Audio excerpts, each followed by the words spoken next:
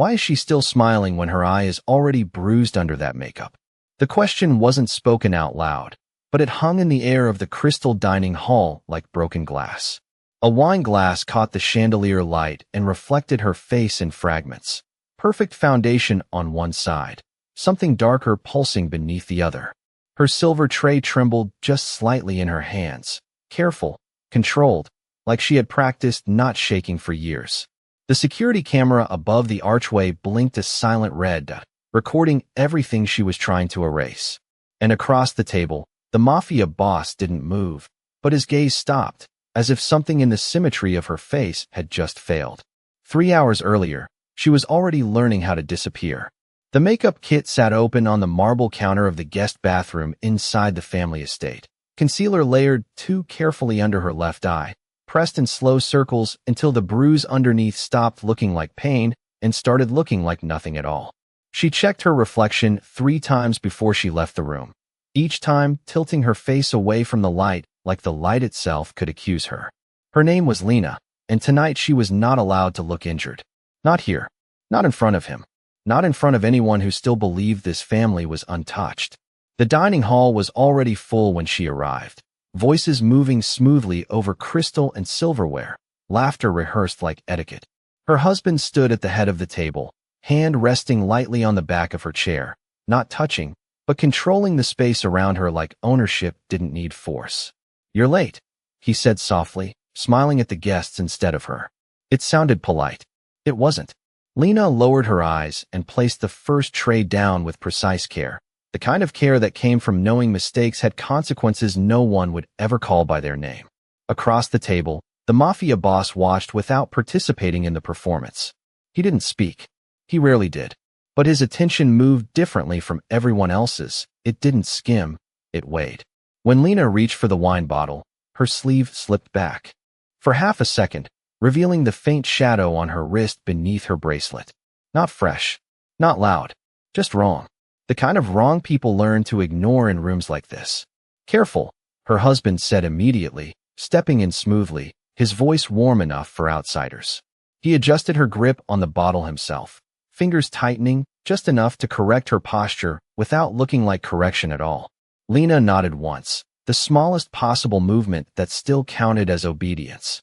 The Mafia boss's eyes narrowed slightly, not at her husband, not yet, but at the timing, the speed, the instinct to correct before anyone even noticed there was something to correct. Later, when she passed behind the sideboard, she adjusted her makeup again in the reflection of a polished serving tray. Not because it had shifted, but because she had learned to fix things before they were questioned. The movement was too practiced, too fast, too familiar. And that was what made the Mafia boss finally look away from the conversation entirely. Something didn't match. Not the bruise. Not the smile. Not even the silence. It was the way she kept checking the mirror of anything reflective, glass, metal, water, as if she was confirming she still looked acceptable to exist. Lena returned to the kitchen for a moment, placing the empty tray down beside a stack of unused linen napkins. That was when she noticed it, a small makeup sponge, half-dried, sitting beside the sink. Not hers. The shade was slightly off from the concealer she was wearing. Different brand, different tone. And folded beneath it, almost hidden, was a folded receipt from a pharmacy 2 blocks away, time-stamped just after noon, listing pain relief cream and bruise-covering cosmetic filler. Paid in cash. No name. Just a quiet proof that someone had prepared for tonight long before she entered the room. And for the first time, Lena didn't look at the mirror to check her face. She looked at the receipt instead, like it might finally explain what she was not allowed to say aloud. The receipt felt warmer than paper should have been, as if it had just been pulled from someone's pocket minutes ago. Lena kept it folded once, then, again, pressing it into the inside seam of her apron where no one would think to look. The kitchen behind the dining hall roared with its usual rhythm, metal trays clattering, water running, the sharp hiss of a dishwasher opening like a breath being released after too long. But even that normal noise felt distant now, like it belonged to a different house entirely. She wiped her hands on a damp towel and forced herself to move back toward the service corridor, counting steps the way she always did when her thoughts started to drift too far. 1, 2, 3. Stay present, stay useful, stay invisible. In the dining hall, laughter rose again, carefully timed, like nothing had changed. Her husband's voice carried through the doorway, smooth and effortless, correcting a story someone had misremembered. "You must be mistaken," he said gently to a guest, as if protecting reality itself from confusion. Lena paused just before re-entering, and that was when she saw it, the security monitor mounted near the wine station. It replayed the hallway feed in quiet loops. But the timestamp on the corner didn't match what she remembered. She stepped closer without meaning to.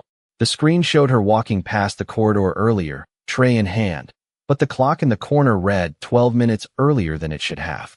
A second version of her existed on screen, moving through space she hadn't been in yet. Her breath tightened. "That's not right," she whispered, barely audible. Behind her, the Mafia boss was now standing near the wine cabinet, not looking at her directly but at the monitor instead, as if he had already noticed the same fracture in time. He didn't ask questions. He never wasted motion like that. Instead, he reached for his glass, paused, and set it down untouched. "Check the hallway feed from the east camera," he said quietly to one of his men, voice low enough that it didn't disturb the room, but sharp enough that it didn't need to be repeated. The staff member hesitated only a second before obeying. Lena stepped back into the kitchen, heart uneven now, and reached for her apron pocket again. The receipt was still there, but something else had been added beneath it, a folded slip she hadn't placed there. A second purchase. Same pharmacy. Same time window. But two items listed under one transaction: bruise cover cream and a pair of men's disposable gloves. Her fingers went still. She didn't remember seeing gloves. She didn't remember anyone carrying gloves. From the dining hall, a chair scraped softly against marble. Her husband was moving again, circling the table with practiced ease, touching shoulders lightly as he passed, correcting posture, smoothing conversation like fabric. When he reached her side of the room, he didn't look at her bruise. He looked past it. "You should refresh your makeup before dessert," he said softly, as if offering care. But Lena noticed something else, the faint scent on his sleeve when he brushed by her. Not his usual cologne. Something sterile, alcohol-based, clinical, like a hospital corridor. The Mafia boss watched him pass without expression, then lifted his phone once, briefly, and took a photo of the man's cufflink as it caught the light. No explanation. No reaction. Just storage. Like evidence. Lena exhaled slowly, forcing her hands steady again. But her reflection in the stainless steel counter didn't cooperate. The bruise under her makeup seemed darker now, not because it had changed, but because she could no longer convince herself it hadn't always been there. A notification chimed softly from her old phone tucked inside her coat pocket. Once. Then again. Unknown number. No caller ID. Just a voicemail alert that had already been marked as deleted. She didn't open it. She couldn't. But the screen preview showed a single line of text. "Don't fix it before the second check." Her hand froze halfway to the pocket. Behind her, the dishwasher shut with a final metallic click, and for the first time that night, Lena understood the receipt wasn't proof of what had been bought. It was proof of what someone had already planned to erase. The message on her phone stayed lit for exactly 3 seconds before dimming again, as if the device itself had decided not to be involved. Lena kept walking, but her pace changed without permission, smaller steps, quieter breathing, like her body was trying to reduce its own presence. In the corridor outside the dining hall, the air was colder, carrying the smell of chilled wine and polished wood, the kind of luxury that never warmed the people inside it. She stopped near the service window and pressed the edge of the receipt again, feeling the fold sharpen against her skin like a reminder that paper could remember things people denied. Behind her, the dishwasher rhythm had slowed, replaced by the distant clink of glassware being reset for dessert service. Everything was preparing for continuation. Nothing here was preparing for truth. A server passed and placed a wine order slip on the counter, 2 bottles of Burlo, table 7. But Lena noticed immediately the handwriting on the second line was different. Not just different style, different hand. The ink pressure heavier, the letters slightly rushed, as if written in a hurry after a decision had already been made. "That's not Mr. Caldwell's signature," she said quietly before she could stop herself. The server paused. "Excuse me." The tone was polite, automatic, but the eyes flickered, just once, toward the dining room. Lena picked up the slip without asking, holding it closer. The timestamp printed at the bottom didn't match the kitchen log. 7 minutes off. Not enough for most people to notice. Enough for someone who had learned how to survive by tracking seconds instead of hours. This was changed, she added, softer now, as if softness could make it safer. From the dining hall, laughter rose again, but it was thinner this time, stretched like fabric over something uneven underneath. The Mafia boss had moved from his original seat. Not closer to her. Never obvious like that. He had shifted instead to a position where he could see both the hallway and the wine station without turning his head. His gaze dropped briefly to the order slip in her hand, then to her face, then away again, as if he was building a map of inconsistencies rather than emotions. "It's just a mistake," her husband said smoothly when he appeared beside her, taking the slip from her fingers before she could decide to hold on to it. His touch was light, practiced, the kind of touch that convinced. Rooms they were safe. He smiled at the server. "You know how busy nights get." The server nodded too quickly and left. Lena didn't move. She watched the slip disappear into his hand, like something being returned to silence. That was when she noticed his cuff again.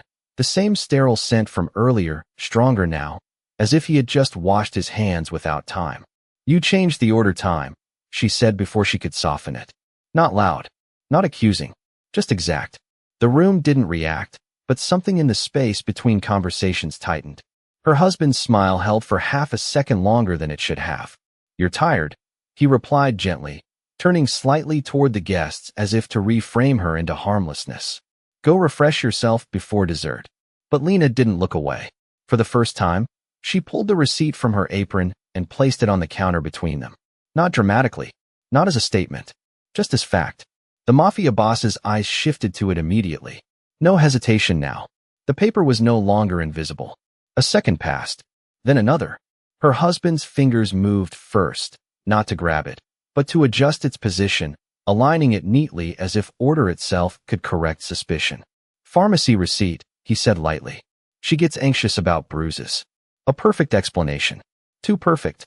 Lena finally spoke again, voice steady despite the pressure tightening in her throat. "The timestamp is after I was already in the guest bathroom." Silence didn't fall. It gathered. The Mafia boss didn't interrupt. He only looked at the receipt again, then at the kitchen door, then at her hands, still empty now, as if she had already decided not to hold anything she wasn't allowed to keep. Her husband let out a small, amused breath, almost a laugh. "You're imagining patterns where there are none." But as he said it, he checked his watch. Twice. And that was the detail that made the Mafia boss's expression change. Not into belief, not yet, but into recognition that time itself was no longer consistent in this room, and someone had been adjusting it before anyone else noticed it was broken. The dining room did not return to normal after the receipt was placed down. It simply learned how to behave more carefully. The air felt tighter now, as if the chandeliers themselves were listening. Lena stood near the service counter with her hands still steady, fingers resting on the edge of the wood like she needed something solid to confirm she was still allowed to stand there.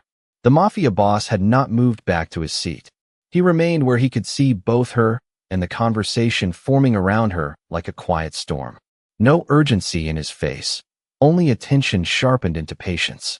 The kind of patience that waited for systems to expose themselves. That was when the estate manager arrived with 2 security staff and a man in a gray suit carrying a leather folder that looked too clean for what it was meant to hold. "Apologies for the interruption," the manager said, voice smooth, trained for rooms like this. "We just need to clarify a minor incident before dessert service continues." He smiled at the guests first, not at Lena. That detail landed harder than anything said. The man in the gray suit opened the folder and placed a printed form on the counter. Incident report, neatly formatted, already filled in. Lena glanced down and saw her name written in a way that felt too certain for something she had not agreed to. She slipped in the corridor near the wine station. The manager continued gently, as if narrating weather. No fault involved, just a moment of imbalance. These floors can be difficult in heels. One of the security staff shifted closer behind her, not threatening, not loud, just present enough to remind her where the boundaries were. Her husband stepped in beside her, resting a hand near her shoulder without touching it fully. She's been under a lot of stress lately, he added with a small, sympathetic laugh. My wife tends to overthink small things. The words were wrapped in care so tightly, they almost sounded like truth. Almost. Lena looked at the form again. The words, "no injury reported," were already checked. Someone had decided what her body meant before she was asked. She reached for the paper, but instead of signing, she turned it slightly toward the light. The timestamp printed in the corner didn't match the kitchen log she had seen earlier. It had been shifted forward by 6 minutes. A correction that wasn't a correction. A replacement. This isn't accurate, she said calmly. Not loud. Not emotional. Just precise.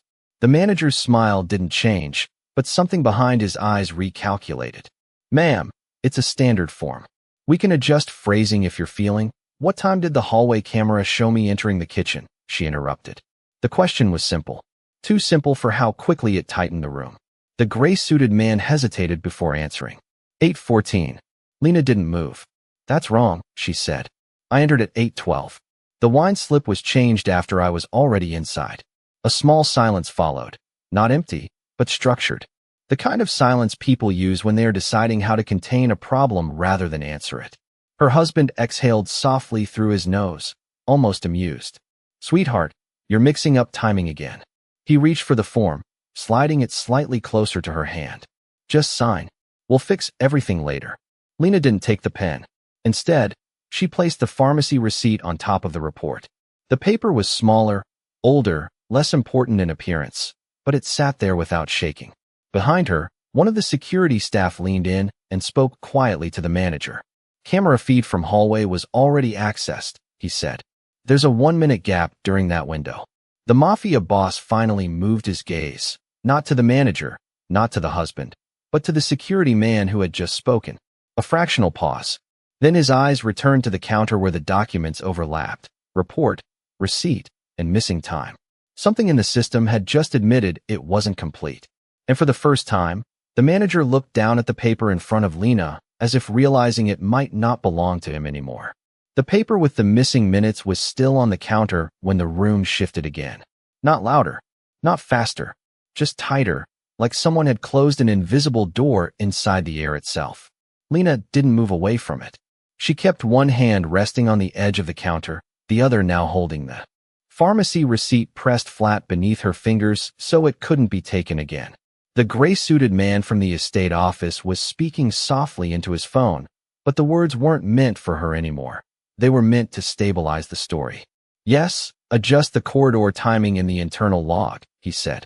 We need consistency for the report. Lena heard that and didn't flinch. She had stopped reacting to language that tried to replace reality. Instead, she reached into the inside lining of her apron and pulled out something she had not shown anyone yet. An old hospital bracelet. Plastic faded at the edges, the ink slightly smudged from time and contact with water. She placed it on top of the incident report without ceremony. It made almost no sound, but the silence that followed it did. The Mafia boss's gaze moved first. Not quickly, not sharply, just inevitability. His eyes settled on the bracelet the way they would settle on a locked door that had suddenly been found open. Lena spoke before anyone else could. This date is from last month, she said quietly, but it was logged as yesterday in their report system. Her voice didn't rise. It didn't need to.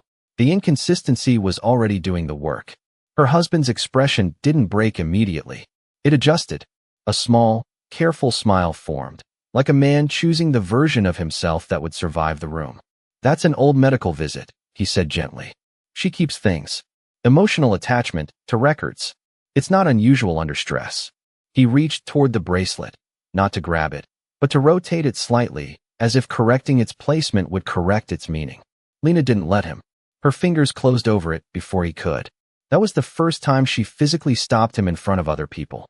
The gesture was small, almost polite, but it changed the temperature in the room. The Mafia boss noticed it immediately, not the resistance itself, but the fact that it was not preceded by fear. It was precise, controlled, decided. One of his men leaned in and spoke quietly near his ear. The boss didn't respond. Instead, he looked past the table toward the service corridor again, as if measuring the space between where truth was recorded and where it was rewritten. The estate manager cleared his throat. We're drifting from a simple incident, he said, voice still professional, still careful. This is about a minor slip and a misunderstanding of timestamps. The hospital bracelet is unrelated to tonight's service. Lena finally turned her head toward him. Then why is the timestamp on my bracelet earlier than the kitchen log you corrected? She asked. The question wasn't emotional. It was structural. The manager hesitated for half a beat too long. Because systems sync at different intervals, he replied smoothly. Too smoothly. The kind of answer that arrives prepared, not discovered. The Mafia boss reached out and picked up the bracelet himself. No gloves. No ceremony. Just direct contact with something no one else in the room wanted to acknowledge. He turned it once between his fingers. Then once more. Lena watched his expression, not for sympathy, but for recognition. There was none yet. Only accumulation. Behind the manager, her husband stepped slightly to the side, adjusting his cuff again. Twice in less than a minute. The same gesture. Smaller now. Less controlled. We should not turn a scheduling error into a scene, he said lightly, addressing the room rather than Lena. My wife has had a long evening. Lena didn't look at him. She kept her focus on the bracelet still in the Mafia boss's hand. Then, quietly, she added, there's a second log. The estate manager blinked once. What? A backup shift log, she said. Kitchen side. Paper copy. Not the system one. A pause followed. This one different. Heavier. The manager's assistant shifted uncomfortably near the door, as if suddenly remembering something they had hoped no one else would ask about. The Mafia boss didn't speak yet, but his attention lifted from the bracelet for the first time and settled directly on the manager. Not accusation. Not belief. Just direction change. And in that shift, Lena understood something subtle but irreversible. The story they had been maintaining was no longer stable enough to hold all the versions of what had happened tonight. The shift log arrived in silence. Not the dramatic kind. The worst kind. The kind that simply appears where certainty used to live. A thin stack of printed pages slid onto the counter by the estate assistant without eye contact, as if touching them too long might transfer responsibility. The Mafia boss didn't take it immediately. He let it sit there between them, like a third presence that needed to be understood before being handled. Lena stood still beside the counter, her fingers now resting loosely around the hospital bracelet she had just placed back down. She wasn't pleading. She wasn't explaining anymore. She was waiting for something in the system to either hold or break. Outside the dining hall doors, rain tapped softly against the tall glass windows, steady, indifferent, almost rhythmic enough to sound like order. Inside, the kitchen noise continued faintly. A metal pan set down too hard, a dishwasher door opening, the soft hum of refrigeration units that never stopped watching time pass. The Mafia boss finally reached for the shift log. He didn't flip it quickly. He read it the way someone reads a contract they already suspect has been rewritten. Page 1 matched the system record.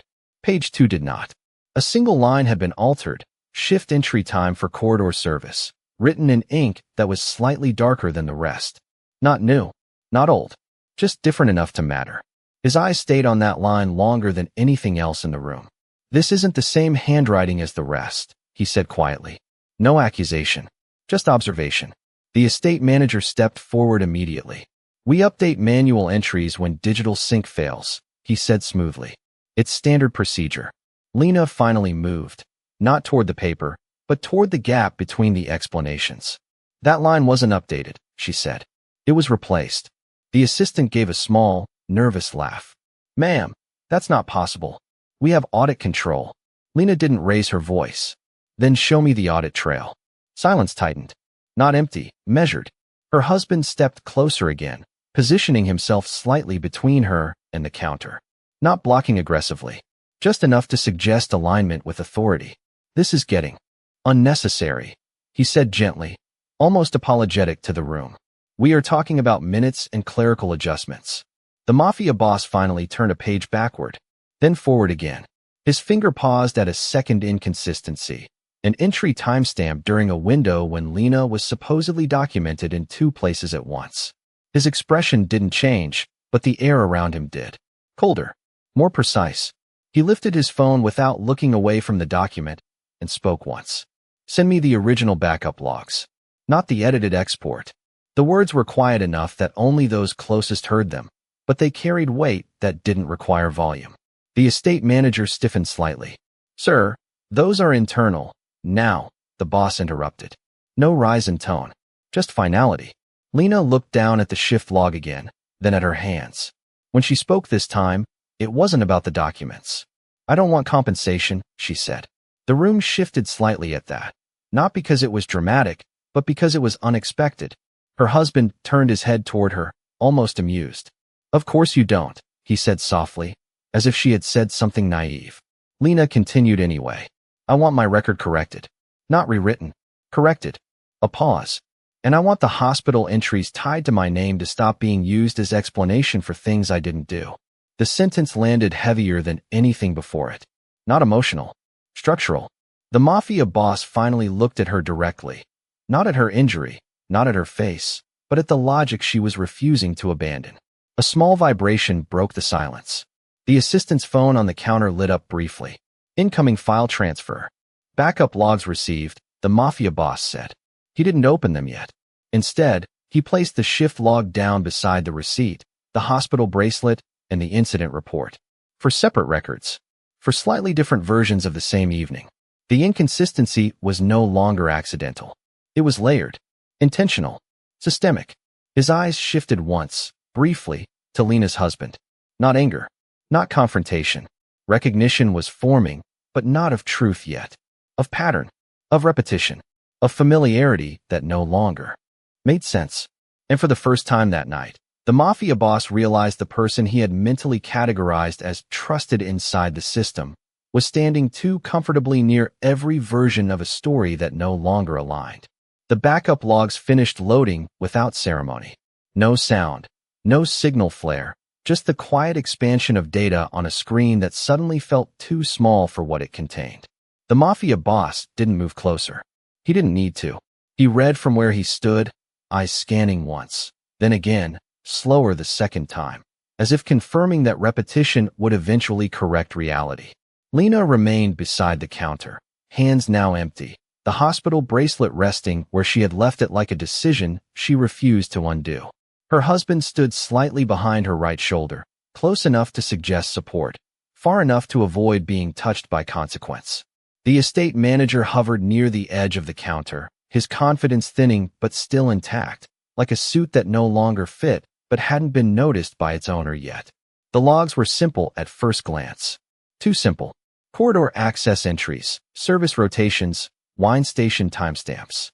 But the pattern underneath them was not simple at all. One line repeated with small variations across different systems. Lena's presence logged in overlapping spaces that physically could not exist at the same time. The Mafia boss finally spoke, voice low enough that it didn't travel, but sharp enough that it didn't need to. This entry shows her in the East Corridor at 8:12, he said. A pause. And in the kitchen at 8:12. The estate manager smiled quickly. System delay overlap. Happens when manual inputs are reconciled. Lena stepped forward half a pace.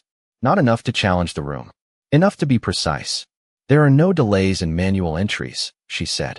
Only edits. Her voice didn't shake. That mattered more than volume. The Mafia boss turned the screen slightly toward her. Which one is correct? He asked. Not of the system, but of her. A different kind of question entirely. Lena didn't hesitate. Neither, she said. Both are wrong because one of them was rewritten after I signed the initial log. Hey. Silence followed, tighter than before. Not because of confusion, but because of recognition that the conversation had moved beyond explanation. The estate manager finally exhaled, adjusting his cuff as if resetting his own composure. We are talking about clerical reconciliation, he said carefully. Not intent. The Mafia boss closed the laptop halfway. Not shut. Controlled.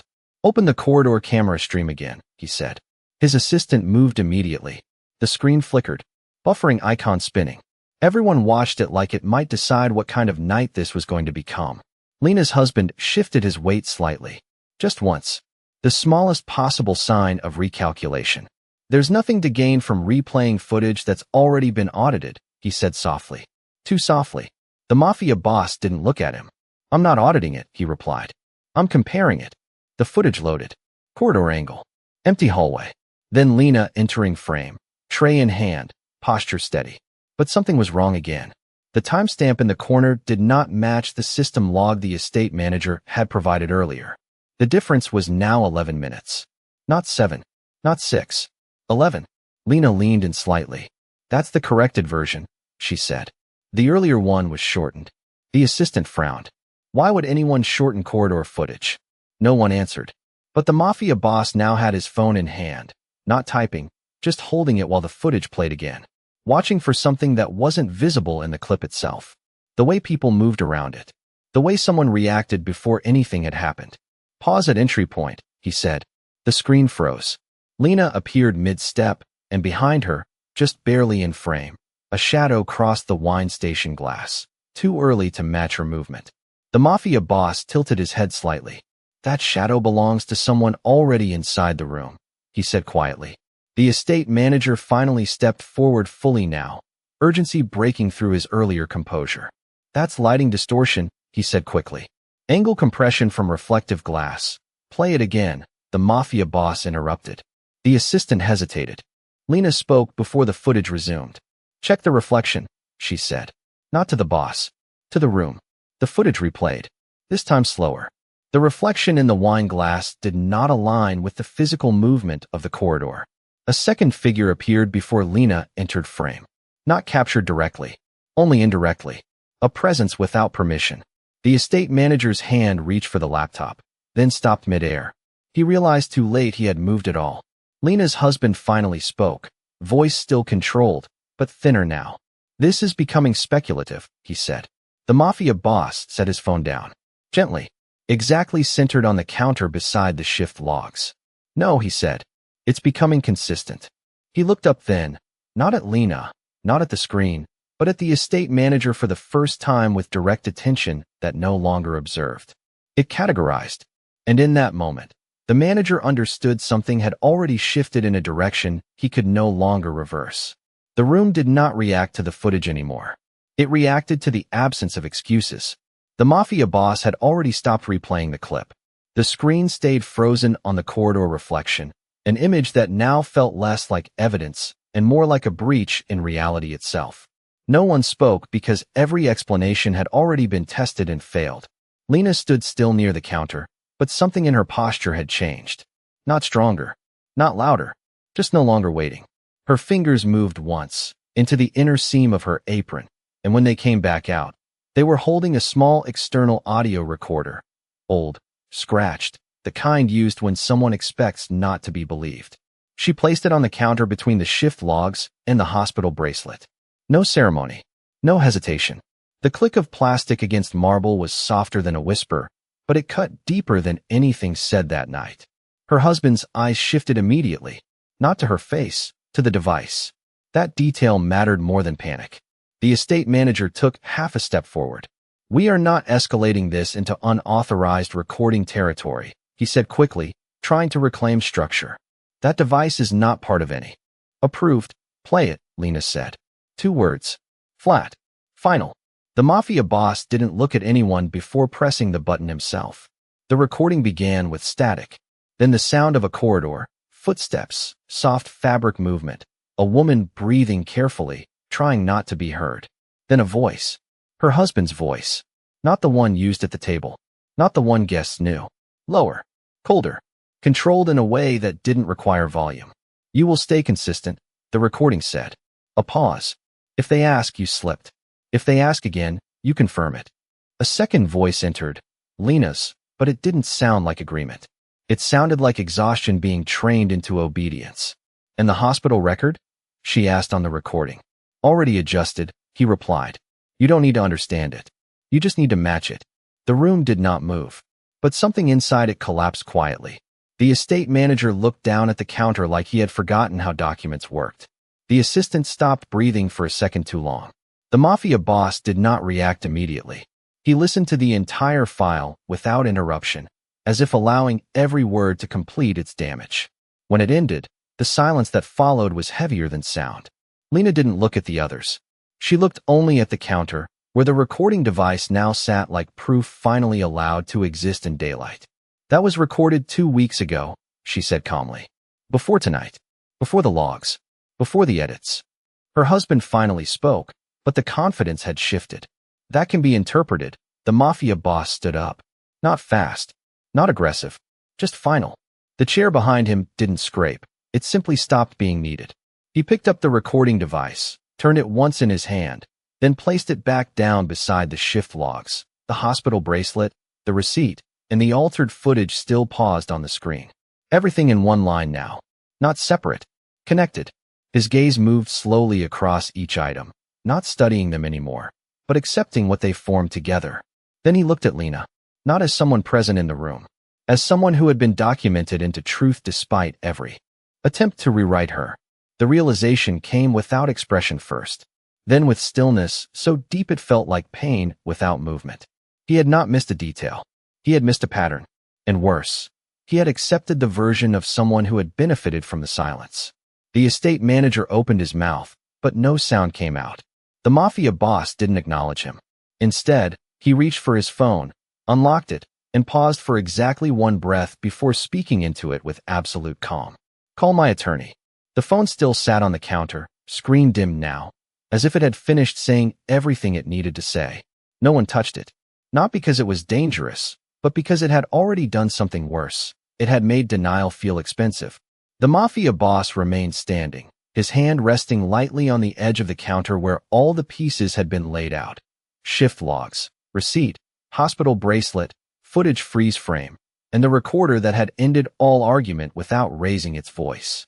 He didn't look at Lena yet. He was listening to the room recalibrate itself. That was the moment the attorney arrived. No announcement. No dramatic entrance. Just a man in a dark suit stepping into a space that immediately understood it was no longer private. He took one look at the counter, then at the estate manager, then at the paused camera feed. "I need every original system log," he said calmly, not asking. The estate manager opened his mouth, but nothing came out this time. The assistant had already started backing away toward the kitchen corridor, as if distance could undo involvement. Lena stood still, but her shoulders had lowered slightly, not in relief, but in recognition that she was no longer speaking into a wall that would answer with denial. The Mafia boss finally moved his gaze to her. Not soft, not emotional, clear. "Your name," he said. It wasn't a question about identity. It was a correction waiting to happen. Lena hesitated for the first time that night, then answered quietly. "Lena Carter." The attorney typed it down immediately, as if it had been waiting to be written correctly. A few seconds passed where nothing else was said. The silence wasn't empty now. It was procedural. "She will not be referenced as an incident in any internal documentation moving forward," the attorney said. "She will be referenced as a protected witness in an active falsification review." The words didn't sound dramatic. That was what made them final. Her husband exhaled slowly, shaking his head as if this had all become an unfortunate misunderstanding that had grown legs. "This is unnecessary escalation," he said carefully. "We can resolve this privately." The Mafia boss finally turned toward him fully. For the first time all night, his attention wasn't observational. It was definitive. "No," he said. Just that. One word, but it ended the shape of negotiation. The room adjusted again, smaller this time. Lena didn't look at her husband when he stopped speaking. She didn't need to. Something in the air behind him had already shifted. Authority no longer recognized him as its source. The attorney slid a document onto the counter. Not a settlement. Not compensation. A correction order. "All medical records tied to this name will be audited," he said. "All shift logs will be restored to original entries. Any alteration will be flagged as falsification." Lena's fingers moved slightly toward the counter, then stopped. She didn't sign anything yet. Not because she was unsure. Because she was listening for whether truth could still be changed at the last second. The Mafia boss noticed that hesitation. Noted it. Remembered it. Then, without looking away from the document, he said something quieter. "This doesn't end with paperwork." The attorney paused. "No," he agreed. "It ends with control being removed from the person who edited reality." That was when Lena finally reached for the hospital bracelet again. Not to hide it. Not to present it. Just to hold it. The same object that had started as proof of silence now sat in her hand like something that had finally found its correct weight. Her husband took one step back. Then another. Not fleeing yet. Just realizing the floor beneath him was no longer stable in the way he expected. No one stopped him. Not because he was allowed to leave, but because he no longer mattered in the process that had already started. Lena looked down at the bracelet, then at the counter where her name had been corrected in writing for the first time that night. "Don't fix my face," she said quietly. The Mafia boss turned slightly. "What?" She lifted her eyes. "Steady now. Fix what they did to my record." A pause. "The kind that doesn't ask permission to exist. Everything else can stay." The attorney nodded once. "It will." The recorder on the counter blinked once. Low battery, still running, then stopped. Lena didn't notice immediately. She was looking at the apron folded beside the sink where she had first placed it earlier that night. Someone had washed it. Carefully. The stain that once marked it was gone. She walked over, took it, and for the first time didn't fold it to hide anything. She hung it on a hook by the service wall where staff uniforms were kept. Not hidden, not erased, visible. The Mafia boss watched that moment without interruption. Then, after a long silence, he spoke again, not to the room, not to the attorney, but to Lena. "Your name stays as you said it." She nodded once. Outside, the rain had stopped. The dining hall lights reflected cleanly on the glass now, no longer broken by reflections that didn't match. Lena stood under them, no longer adjusted, no longer corrected, no longer rewritten. And for the first time, the room did not look at her as something that needed fixing.